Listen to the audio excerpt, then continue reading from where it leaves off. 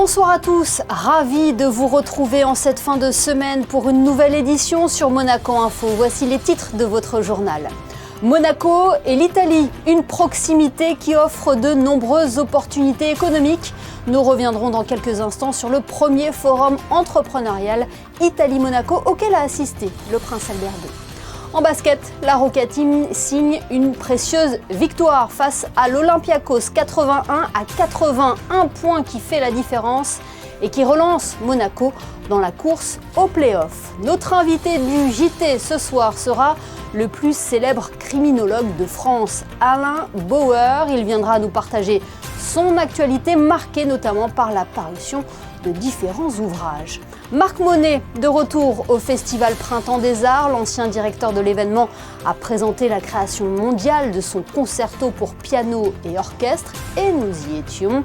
Et puis, chiner pour la bonne cause, nous vous emmènerons ce soir faire de bonnes affaires à la braderie solidaire de l'œuvre de Sœur Marie.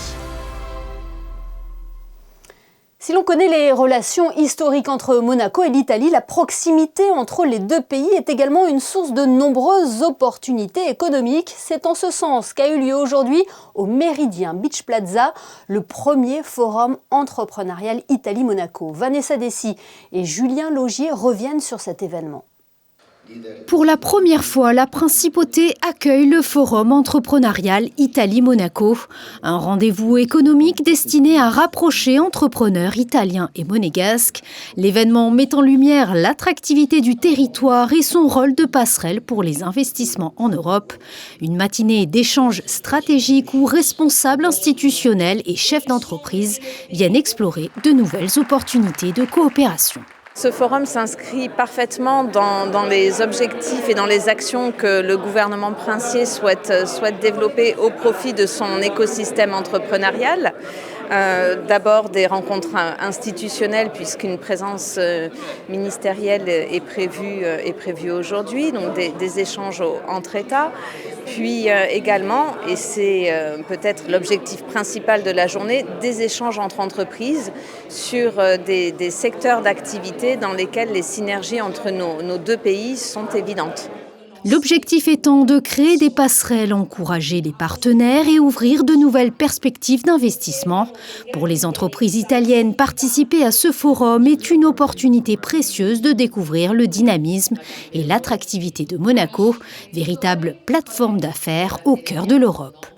Devo dire questo è un appuntamento un po' storico perché mettiamo insieme le nostre imprese con quelle monegasche per farle discutere tra loro delle opportunità che ancora si offrono. Il mercato ancora non è saturo, ancora ci sono tante opportunità di investimenti e di scambio. Monaco ritengo che possa offrire soprattutto condizioni di stabilità e questo è una delle caratteristiche principali del Principato che ho potuto verificare fin dal mio arrivo qui, fin dall'inizio del mio mandato. Questo naturalmente rassicura le nostre imprese ed è per questo che abbiamo voluto effettivamente lavorare su questo forum e creare l'occasione per farle incontrare. Les entreprises italiennes y découvrent une porte d'entrée vers l'écosystème économique monégasque. À leur côté, le Monaco Economic Board est pleinement mobilisé pour accompagner et développer ces opportunités d'affaires entre Monaco et l'Italie. Ouvrons une page sport, à présent plongée dans une tourmente qui ne cesse de prendre de l'ampleur. Depuis quelques mois, la Roca Team voit ses ambitions européennes chuter semaine après semaine. Avec 6 défaites lors de leurs 7 dernières sorties en Euroleague, les Monégasques recevaient ce jeudi leur meilleur ennemi, l'Olympiakos, actuel 2e du classement. Deux dynamiques complètement opposées qui ont pourtant donné lieu à une nuit de folie en Principauté. Résumé de la rencontre, Yannick Debever et Thomas Deus. Il n'existe rien de plus dangereux qu'une bête blessée. Entre orgueil, fierté, envie, courage et talent évidemment, les Roca Boys ont su s'offrir une magnifique victoire face à l'Olympiakos. Monaco prend très vite le contrôle de la rencontre grâce à un jeu de transition très efficace et des tirs rapidement pris. Les Grecs sont battus dans la vitesse et l'intensité et sont forcés à devoir rattraper un écart de 15 points concédés dans le deuxième quart-temps. Fiers de leurs joueurs, les fans monégasques exultent à chaque panier. Une ambiance de play-off pour un match de saison régulière. C'est une atmosphère presque anormale qui fait écho à la situation ubuesque de la Roca Team. Mais le terrain ne connaît que la vérité de la performance. Et même à 9 contre 12 sur la feuille de match, à 2 entraîneurs contre 6, les Monégasques ont été supérieurs à leur adversaire du soir. Une prouesse difficilement imaginable avant le coup d'envoi. Monaco a mené, Monaco s'est fait rattraper et Monaco a lutté pour l'emporter. Tout s'est joué dans les ultimes secondes avec le ballon dans les mains de Mathieu Strazel qui, sur un drive plein d'audace et de détermination, fait gagner Monaco. Il restera 4 secondes et une dernière action pour les Grecs qui n'en feront rien. Victoire 81-80 des héroïques Roca Boys. Je pense qu'on a tous individuellement fait l'effort de se concentrer sur soi-même. C'était le seul moyen d'arriver à jouer en équipe, que chacun se concentre sur soi-même et qu'on arrive à former une équipe pendant le match. Donc comme je l'ai dit, on s'est bien préparé.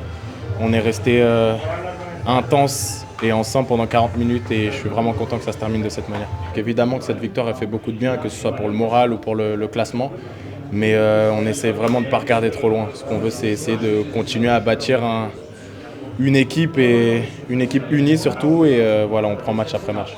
Seul point noir pour cet effectif déjà très limité, la blessure de Mike James dans les dernières minutes de la rencontre. Une blessure qui pourrait l'éloigner des terrains plusieurs semaines. Cette victoire permet à Monaco de rester dans le top 10 d'Euroleague, synonyme de play-in en fin de saison. Victoire précieuse donc pour la Roca Team en Euroleague. Place à présent au championnat pour les Monégasques avec la réception de Nancy à 18h20. Et quelques heures après, à quelques mètres de là en football, l'AS Monaco affrontera Brest à 21h05 au stade Louis II. Un match comptant pour la 26e journée de Ligue 1. Le club de la Principauté reste sur une bonne dynamique avec 16 points pris sur les 18 possibles lors des 6 dernières journées. Sébastien Pocognoli et ses joueurs ont bien pour objectif de poursuivre sur cette forme actuelle, tout comme leur prochain adversaire, Brest. On écoute l'entraîneur de l'AS Monaco en conférence de presse d'avant-match. Je pense que Brest est avec nous pour le moment dans la meilleure série de Ligue 1. Donc, par rapport à nos ambitions cette année, c'est un match très important. Mais aussi, on rencontre, c'est un match où les deux meilleures équipes se rencontrent. Donc ça apporte un environnement assez spécial à cette rencontre. Brest, collectivement, c'est très fort. Et individuellement, ils ont des très bons joueurs. Coach d'expérience, qui n'est pas facile à manœuvrer. Chez eux, on n'avait pas fait un match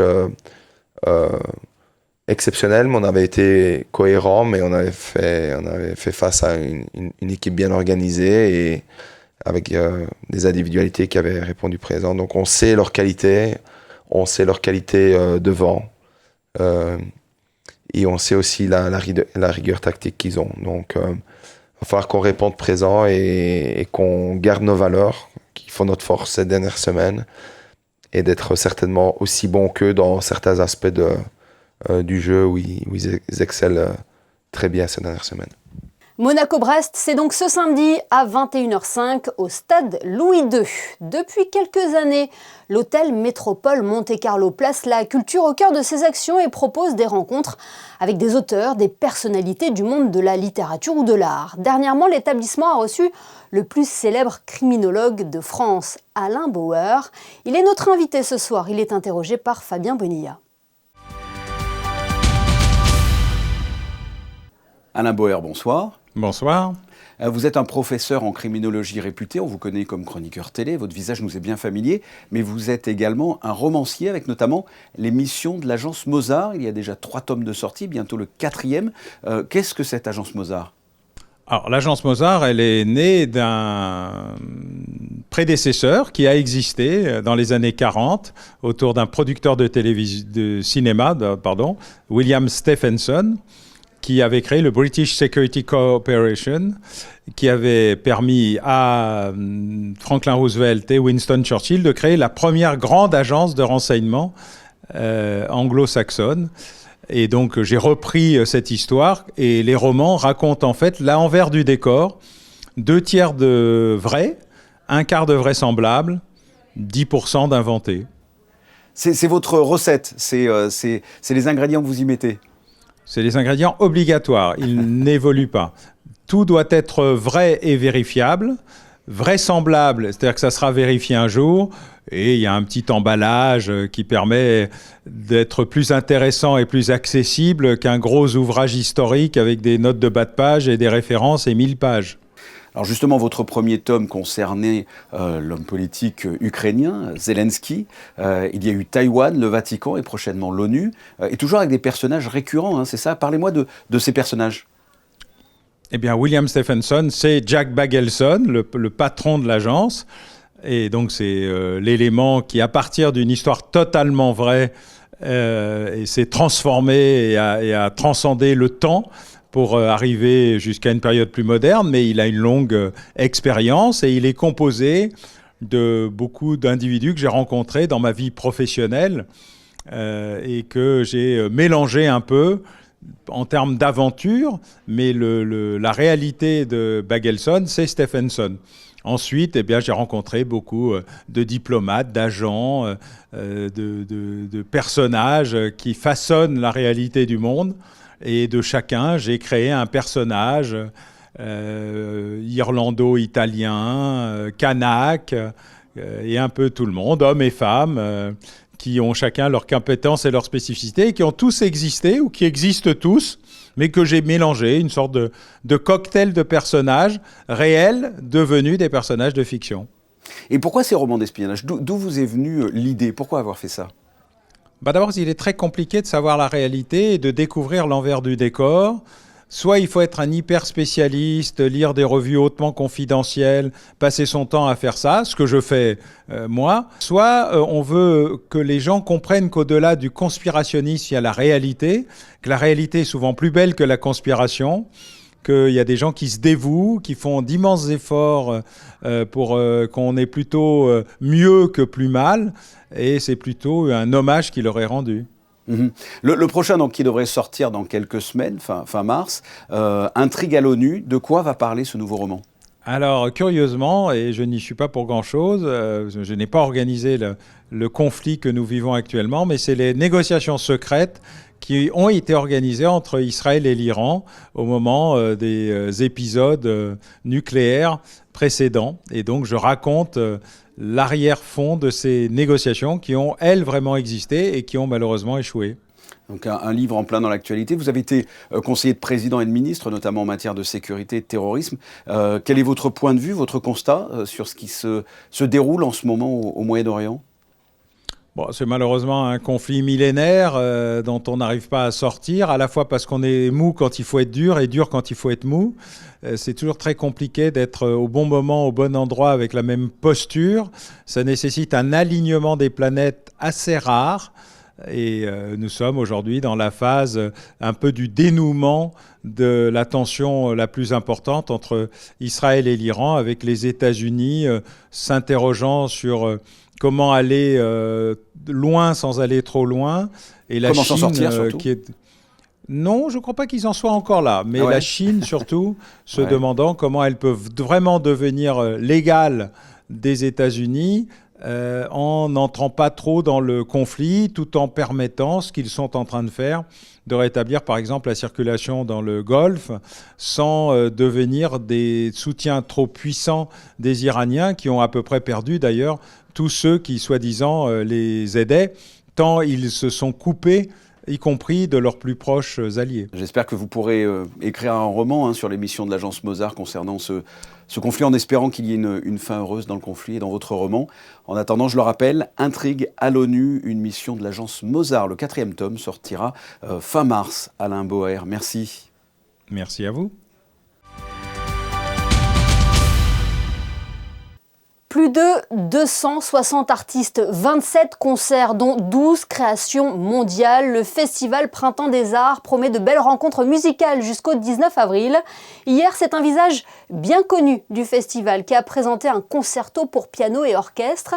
Marc Monet, ancien directeur de l'événement, a célébré ses retrouvailles avec le public en musique. José Sacré était présent, voyez son reportage réalisé avec Lionel Bernardi.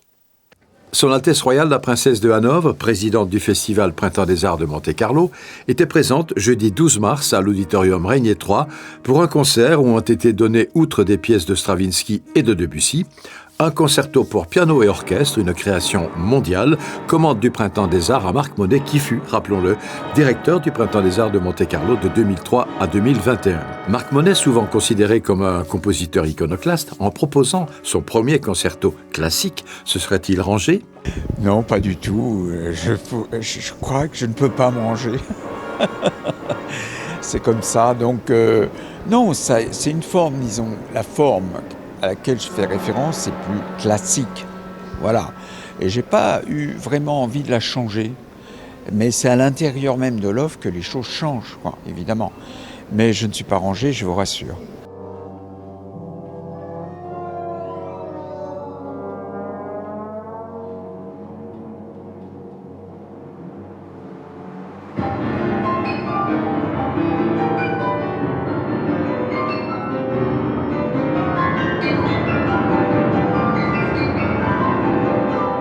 Comment naît une œuvre comme celle-ci, Marc ? C'est toujours très difficile à expliquer. C'est-à-dire que ça part de rien, hein, puisqu'on a une page blanche, quoi. Hein, même moi, je travaille à l'ordinateur, mais c'est quand même une page blanche. Et puis commence une idée, on avance, et ça avance petit à petit. Et on voit, après ça se transforme, on la coupe, on rature, voilà, etc. Ça se construit lentement, hein. C'est 1 an et demi de travail, le concerto, là.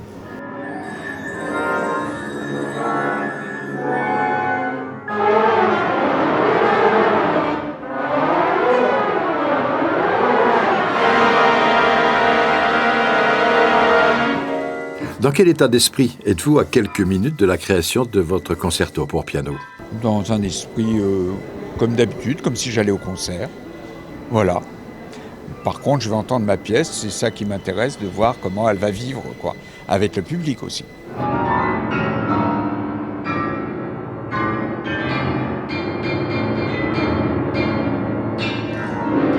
Interprété par l'Orchestre Philharmonique de Monte-Carlo sous la direction de Pascal Roffet avec au piano Jean-Frédéric Neuburger, ce premier concerto pour piano et orchestre de Marc Monet fut pour le public, bien sûr, une découverte. Il s'agissait, je le rappelle, d'une création mondiale, mais surtout un moment de musique d'exception, mêlant des séquences pleines d'émotions à des fortés impressionnants aux sonorités parfois déstabilisantes. Le public a longuement applaudi Marc Monet et les interprètes de ce concerto pour piano et orchestre. Et de la scène de l'auditorium Régnier III, on passe à celle du Grimaldi Forum. Après Danny Boone et Issa Doumbia, Nawel Madani était l'invité des Sérénissimes de l'humour jeudi soir. Une première à Monaco pour l'humoriste belge venu jouer son spectacle tout court, avec lequel elle tourne dans toute la France depuis 2 ans. Yannick de Beuvert et Thomas Deus ont recueilli ses impressions. Il y a comme une parenthèse enchantée avec un paysage fantastique, une magnifique salle où vraiment... on se dit qu'il y a encore plein d'endroits à découvrir. Moi, je n'étais jamais venue à Monaco. Je passe par là, mais je ne me suis jamais arrêtée. Et aujourd'hui, c'était super sympa de se balader. Je me suis baladée dès le matin. J'étais stressée comme une petite fille qui allait en sortie scolaire, tu sais. Donc, très heureuse d'être ici. Ce qui est bien, c'est qu'on sait que les copains sont venus, on se croise. On a un public qui s'est donné rendez-vous. Donc, forcément, il y a une énergie particulière quand on est à un festival. Je pense qu'on a un rôle important, encore plus qu'auparavant, et qu'on a un métier essentiel. Et je le dis parce que les spectateurs le partagent en nous disant « Merci de nous avoir coupé de notre quotidien, plus que jamais, avec tout ce qu'on entend. » Puis aujourd'hui, les réseaux sociaux, où vraiment, il y a une communication autour de la peur. Les gens, on voit un taux d'anxiété, de stress, de dépression qui monte. Et du coup, je pense que notre job à nous, c'est de venir et de donner un petit coup de boost. Durant ces 2 heures de spectacle, on leur demande de couper leur téléphone et d'être connectés avec nous. Et je pense qu'aujourd'hui, il y a un nouveau métier qui ne s'appelle plus humoriste, mais je pense vraiment qu'on est devenus des rirologues et qu'on soigne l'âme avec le rire. Et les Sérénissimes de l'humour clôtureront cette 20e édition avec une habituée du festival, Noël Perna, qui viendra présenter samedi Mado fait son cabaret au Grimaldi Forum. Chiner pour la bonne cause, la braderie solidaire de l'œuvre de Sœur Marie au profit des personnes âgées dans le besoin est de retour pour sa 89e édition. Pendant 2 jours, différents stands avec des articles à prix réduit vous attendent sous le chapiteau de Fontvieille. Les détails dans ce reportage d'Alban Gingembre et Lionel Bernardi. Bijoux, jouets, vêtements et livres sont à chiner lors de cette braderie solidaire. Le public a l'embarras du choix pour fouiller les étals et trouver son bonheur. J'ai acheté de tout, mais je cherchais un manteau, je ne l'ai pas trouvé. Alors j'ai acheté la robe, j'ai acheté des chaussures, j'ai acheté une chemise pour mes petits-enfants, un pull pour mon autre petit-enfant, enfin tout ce qu'il faut. Enfin, j'étais partie avec une certaine somme et j'ai plus rien dans ma poche. Tant qu'on peut aider les gens, moi je suis partante. Au total, près de 20 stands animés par les 90 bénévoles exposent leurs articles à des prix attractifs. On propose toutes sortes de produits polonais du coup. Et voilà, on a à boire, on a du sucré, du salé, on a de tout. On vient chaque année parce que du coup c'est pour les associations caritatives et du coup c'est des causes qui nous touchent particulièrement. Et on aime bien représenter du coup aussi notre pays et faire découvrir notre culture. Il y a de tout. De tout, c'est très varié, il y a de la petite bricole au verre, tout. Voilà.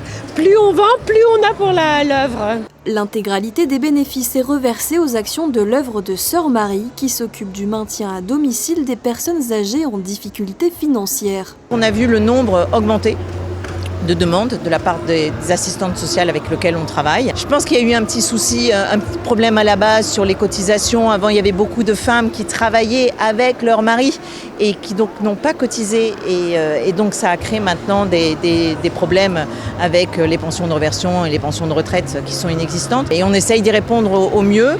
L'année dernière, on a pu redistribuer, pas en aide, mais en tout, à destination des personnes âgées, un peu moins de 105 000 €. Donc c'est pour ça que c'est très important pour nous la kermesse parce que c'est notre financement principal. Rendez-vous sous le chapiteau de Fontvieille pour participer à cet événement solidaire qui sera aussi animé par une tombola avec une 60aine de lots à gagner. Le rendez-vous est pris. Ce journal est à présent terminé. À suivre les prévisions météo d'Alexandra Pagny. Notre photographe Stéphane Dana s'est baladé ce soir dans les allées de la braderie solidaire de l'œuvre de Sœur Marie à la recherche de bonnes affaires. Restez avec nous. On se retrouve dans quelques instants pour votre après-JT qui s'annonce fort appétissant. À tout de suite.